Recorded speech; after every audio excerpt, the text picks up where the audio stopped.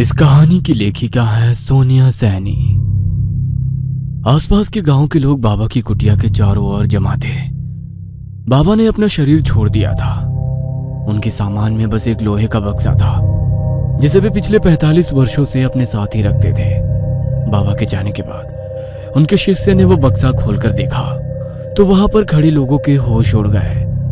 बक्से में एक खोपड़ी रखी हुई थी जो ना तो किसी इंसान की लग रही थी ना ही किसी जानवर की। उस खोपड़ी का जबड़ा किसी भेड़िए जैसा था और पीछे का कपाल इंसान जैसा। 20 साल पहले अपने बीमार बेटे के शिथिल पड़ चुके शरीर को जमीन पर लिटाकर वो हाथ जोड़कर जोर जोर से रो रही थी। अब बस आपका ही सहारा है, कुछ कीजिए, नहीं तो मेरा बेटा मुझे छोड़कर चला जाएगा। देखो, इसे शहर ले जाकर किसी भले डॉक्टर को दिखाओ। यहाँ जंगलों में भटकने से ये ठीक नहीं होगा। डॉक्टर तो कह चुके हैं कि इसका अंतिम संस्कार का समय आ गया है, किंतु मैं अपने बेटे को किसी भी कीमत पर जाने नहीं दूंगी। आप चाहे जो ले लो, लेकिन मेरे बेटे को बचा लो बाबा। देखो, जिस विद्या की तुम बात कर रही हो, मैं बरसों पहले उसे छोड़ चुका हूँ। अपने गुरु के सामने प्रतिज्ञा ली है मैंने, मुझसे ये काम नहीं होगा। तो ठीक है, फिर मैं भी अपनी जान दे दूंगी। इतना कहकर उसने कटार उठाई और अपनी गर्दन पर लगा दी। ठहरो, ठीक है, मैं तुम्हारी मदद करने के लिए तैयार हूँ, किंतु तेरे बेटे के पास समय बहुत कम है। हमें कल रात ही यह विधि करनी होगी। बाबा ने अपने एक शिष्य को स्त्री से लेकर कुछ रुपए दिए और कान में फुसफुसाते हुए उसे कुछ समझाने लगे। कल मध्य रात्रि को हम ये विधि करेंगे। ध्यान रहे, इसमें जान का जोखिम है। जीवन मिल भी सकता है और जा भी सकता है। मैं तैयार हूँ बाबा। अगले दिन पूर्णमासी की रात थी। आसमान में पूरा चांद चमक रहा था।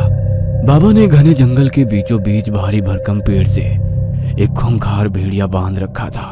कुछ देर पहले ही भेड़िए को होश आया था और तब से वो अपने जबड़े को खोल भयानक आवाज में गुर्रा रहा था। पास ही में एक 17 साल का लड़का बेहोशी की अवस्था में पड़ा हुआ था। जमीन पर तंत्र साधना का सामान फैला हुआ था। बाबा की दूसरी ओर लड़के की माँ बैठी सिसक रही थी। आज पूर्णमासी की रात है। आज के दिन भेड़ियों की शक्ति बहुत अधिक होती है, इसलिए हमारे तंत्र शास्त्र में आज के दिन कोई विधि नहीं की जाती। लेकिन अगर आज कुछ नहीं किया तो तेरे बेटे के प्राण निकल जाएंगे, इसलिए मुझे अपने नियमों के विरुद्ध जाकर यह विधि करनी होगी। इसके बाद बाबा मंत्र पढ़ना शुरू कर देते हैं। रात के ठीक 12 बजे बाबा ने भेड़िए के गले पर चाकू से वार किया। भेड़िया भयानक डरावनी आवाज में चिल्लाया। वो आवाज सुनकर वहां उपस्थित सभी लोगों के दिल उछलकर मुंह में आ गए थे। भेड़िए के गले से खून की धार बह रही थी। बाबा ने भेड़िए के खून से लड़के के पूरे शरीर पर लेप कर दिया। वो आंख बंद करके जोर जोर से मंत्र पढ़ रहा था। अंत में बाबा ने रक्त की कुछ बूंदें लड़के की जीभ पर रखी और कुछ बूंदें नाक से उसके शरीर में प्रवेश करा दी। लड़के के शरीर में हलचल सी होने लगी। लड़का अपने हाथ पैर जोर जोर से हिलाने लगा। ऐसा लग रहा था जैसे उसे मिर्गी का दौरा पड़ गया हो। तेजी से हिलते हुए वो भेड़िए के पंजों से जा टकराया। लड़के के शरीर से भी अब खून बहने लगा था। कुछ ही पलों के बाद लड़का बिल्कुल शांत हो गया। काफी देर तक तड़पने के बाद भेड़िए की भी मौत हो गई। अपनी विधि संपन्न करने के बाद वे सभी वापस कुटिया में लौट आए। अगली सुबह, माँ, ये सब क्या लगा रखा है आपने मेरे शरीर पर? छी, मुझे बहुत बदबू आ रही है। इतना कहकर वो रगड़ रगड़ कर नहाने लगता है। विराज अब बिल्कुल स्वस्थ हो चुका था। ऐसा लगता ही नहीं था कि कुछ घंटे पहले तक उसका शरीर पीला और निष्प्राण पड़ चुका था। वो स्त्री अब जंगल के साथ सटे हुए गांव में ही एक छोटी सी झोपड़ी बनाकर रहने लगी। उसका बेटा दिन प्रतिदिन स्वस्थ और हट्टा कट्टा होता जा रहा था। वह प्रतिदिन मां से मांस का भोजन मांगता और ना मिलने पर गुस्से से आग बबूला हो जाता। कभी अपना सर दीवार में मारता तो कभी मां को धक्का मारकर गिरा देता। उसकी मां बेटे के गुस्से और भूख को उसकी बीमारी से पैदा हुई चिड़चिड़ाहट और कमजोरी समझ रही थी, किंतु ये तो तूफान के आने की आहट भर थी। कुछ दिन बाद पूर्णमासी की रात थी। वो औरत अपनी झोपड़ी में अपने बेटे के साथ सो रही थी। अचानक ही आधी रात गए कुछ अजीबोगरीब आवाज सुनकर उस महिला की आंख खुल गई। विराज दर्द से कराह रहा था। देखते ही देखते वह दर्द से छटपटाने लगा और चीखते हुए दीवारों में सर मारने लगा। उसका सारा शरीर अकड़ा हुआ था। हाथ पैर लगता था किसी ने मरोड़ दिए हो। कुछ ही देर में विराज का शरीर एक भेड़िए में बदलने लगा। विराज एक वहशी दरिंदे की तरह दिल भेदने वाली आवाज में चिल्ला रहा था। जब विराज पूरी तरह से एक नर भेड़िए में बदल गया तो उसने खिड़की से बाहर की ओर एक छलांग लगा दी। हे भगवान, ये क्या हो गया मेरे बेटे को? मुझे अभी भी अपनी आंखों पर भरोसा नहीं हो रहा है। अगर मैंने किसी को भी ये बात बताई तो वे लोग मेरे बेटे को मार डालेंगे। अब मैं क्या करूं? विराज को जोरों की भूख लगी थी। मांस की गंध सूंघते हुए वो कुछ दूरी पर घर के बाहर सो रहे कुत्ते पर झपट पड़ा। विराज ने अपने बड़े बड़े नाखूनों से कुत्ते के शरीर के टुकड़े टुकड़े कर दिए और बड़े शौक से उसे चबा चबा कर खाने लगा। कुछ देर बाद वो चबा हुआ मांस अपने मुंह में दबाकर अपने घर लौट आया। अगली सुबह विराज के पूरे घर से मांस की दुर्गंध आ रही थी। घर के आंगन से लेकर कमरे तक हर तरफ खून और मांस के टुकड़े बिखरे हुए थे, जिन पर असंख्य मक्खियां भिनभिना रही थी। विमला, ये कैसी गंदी बदबू आ रही है तेरे घर से। लगता है बिल्ली ने कोई खरगोश मार दिया है। मैं सफाई कर देती हूँ। अगला 1 महीना शांति से बीत गया। विमला मन ही मन बहुत खुश थी। उसे लग रहा था शायद उसका बेटा ठीक हो गया। किंतु ये तूफान से पहले की शांति थी। आज फिर पूर्णमासी की रात थी। आधी रात को ठीक 12 बजे विराज दर्द से छटपटाने लगा। कुछ ही देर में वो एक विशाल नर भेड़िए में बदल गया। अपने घर से बाहर आकर वो शिकार की तलाश करने लगा और जंगल में गुरुजी के आश्रम जा पहुंचा। वहां पहुंचकर उसने कुटिया के बाहर सो रहे एक शिष्य पर हमला कर दिया। भेड़िए ने अपने तलवार से भी ज्यादा तेज पंजों से एक ही बार में उसका सीना चीर दिया। शिष्य के सीने से खून बहकर जमीन पर फैल गया। बहते खून को देखकर वह जमीन पर लेटकर उसे दरिंदे की तरह चाटने लगा।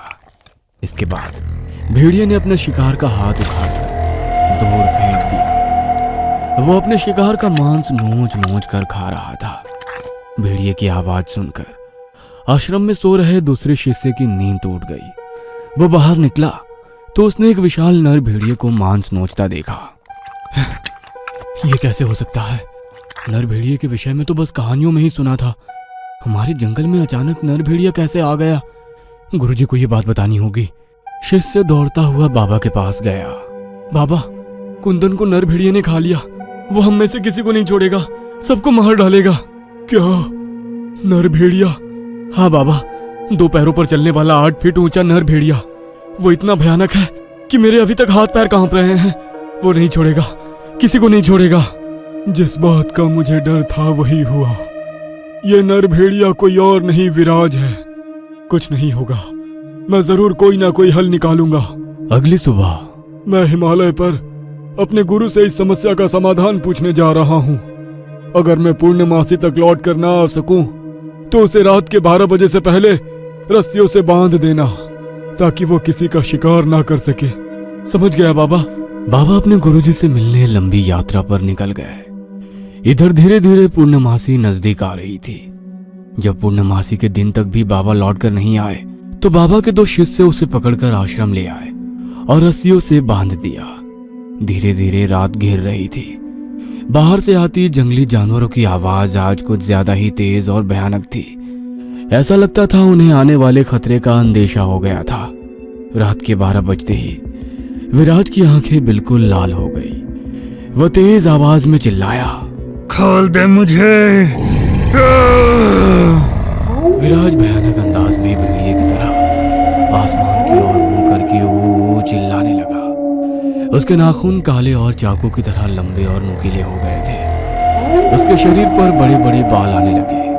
मुंह भी भयानक रूप में बदलने लगा। एक झटके में उसने अपने शरीर पर बंधी रस्सियों को झटक कर खोल दिया। आंखों में दरिंदगी भरकर वह एक शिष्य की ओर लपक गया। विराज की भयंकर वो के सामने शिष्य की चीखें घूट कर रह गई थी। अपने धारदार नाखूनों से उसने शिष्य के शरीर के टुकड़े टुकड़े कर दिए। अपने बड़े भयानक जबड़े से उसने उस पर चपर चपर करते हुए मांस खाना शुरू कर दिया। विराज के जबड़े से खून टपक रहा था और शरीर खून से लथपथ हो गया था। विराज ने गर्दन घुमाकर दूसरे शिष्य की ओर देखा। यह विभत्स्य दृश्य देखकर वह जड़ होकर एक कोने में खड़ा हुआ था। विराज ने दूसरे शिष्य की ओर छलांग लगाई। तभी शिष्य ने अपनी कमर में छिपाया हुआ चाकू बाहर निकाल लिया। शिष्य विराज पर चाकू से हमला करने ही वाला था कि तभी उसकी मां विमला बीच में आ गई और उसने शिष्य को दूर धक्का दे दिया। चाहे जो हो जाए, मैं अपने बेटे को नहीं मारने दूंगी। इससे पहले कि विमला संभल पाती, विराज ने विमला पर भी हमला कर दिया। विराज के एक जोरदार पंजे के हमले से विमला दूर जा गिरी। उसका सर एक भारी पत्थर से टकराया और उसी पल उसकी मौत हो गई। विराज के ऊपर आज खून सवार था। हर शिकार के बाद उसकी हैवानियत बढ़ती ही जा रही थी। अपनी मां को मारने के बाद वो फिर से शिष्य की ओर बढ़ा। इससे पहले कि वो उसको भी नोच कर खा जाता, पीछे से बाबा ने आकर एक अभिमंत्रित तलवार से उसके ऊपर वार कर दिया। भेड़िए के शरीर से खून बहने लगा। शिष्य को छोड़कर गुर्राते हुए वो बाबा की ओर झपट पड़ा। सही समय पर बाबा अपनी जगह से हट गए, लेकिन तब भी भेड़िए का नुकीला पंजा उनके पैरों में धंस गया था। भेड़िया फिर से 2 कदम पीछे हटा और उसने बाबा पर छलांग लगा दी, लेकिन इस बार बाबा ने कोई चूक ना करते हुए तलवार ठीक उसके दिल में घोंप दी। भेड़िया चिंगाड़ता हुआ जमीन पर गिर गया। बाबा ने आव देखा ना था, झट से एक के बाद उसके सीने पर कई वार कर दिए और उसकी गर्दन धड़ से अलग कर दी। नर भेड़िए का अंत हो चुका था। बाबा को भी समझ आ गया था कि उनके गुरुजी ने क्यों उन्हें ये विद्या उपयोग ना करने का प्रण दिलवाया था। अपनी गलती को जीवन भर याद रखने के लिए उन्होंने इस नर भेड़िए का सर बक्से में बंद करके अपने पास रख लिया। बाबा अपना आश्रम छोड़कर हिमालय में बस गए और तभी से उनका बंद बक्सा एक राज बना हुआ था। वो राज आज 45 वर्षों बाद खुल गया था। ये कहानी आपको अच्छी लगी हो तो हमें सब्सक्राइब करें, हमारा इंस्टाग्राम और फेसबुक पेज जरूर फॉलो करें। और हाँ दोस्तों, सब्सक्राइब करना भूलना मत।